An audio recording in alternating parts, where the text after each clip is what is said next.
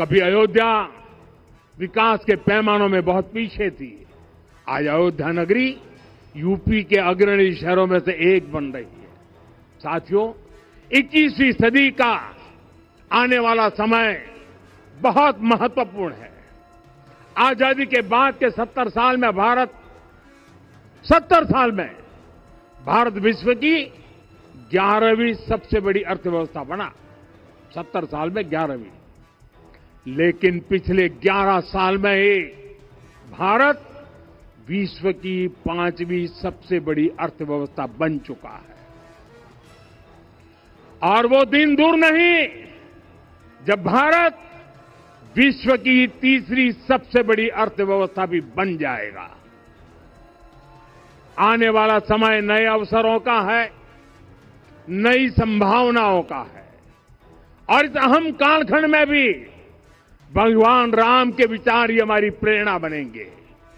जब श्री राम के सामने रावण विजय जैसा विशाल लक्ष्य था, तब उन्होंने कहा था, सौरज धीरज ते ही रथ चाका, सत्यशील दृढ़ ध्वज पताका, बल विवेक दम परहित गोरे, क्षमा कृपा समता रजु जोरे।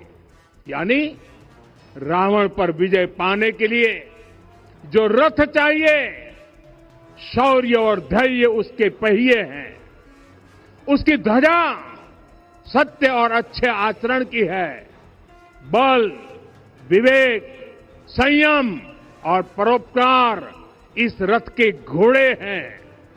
लगाम के रूप में क्षमा दया और समता है जो रथ को सही दिशा में रखते हैं।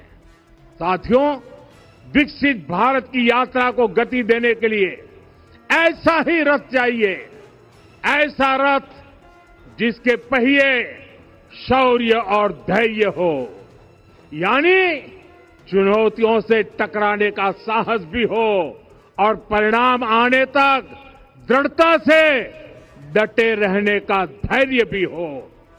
ऐसा रथ जिसकी ध्वजा सत्य और सर्वोच्च आचरण हो, यानी नीति नियत और नैतिकता से समझौता कभी न हो।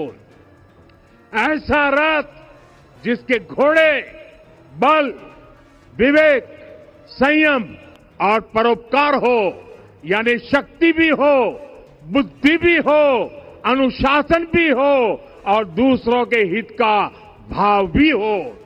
ऐसा रथ जिसकी लगाम क्षमा करुणा और संभाव हो, यानी जहां सफलता का अहंकार नहीं और असफलता में भी दूसरों के प्रति सम्मान बना रहे।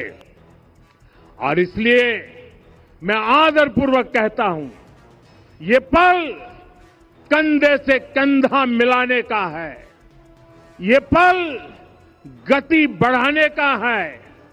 हमें वो भारत बनाना है जो राम राज्य से प्रेरित हो, और ये तभी संभव है जब स्वयं हित से पहले देश हित होगा, जब राष्ट्र हित सर्वोपरि रहेगा।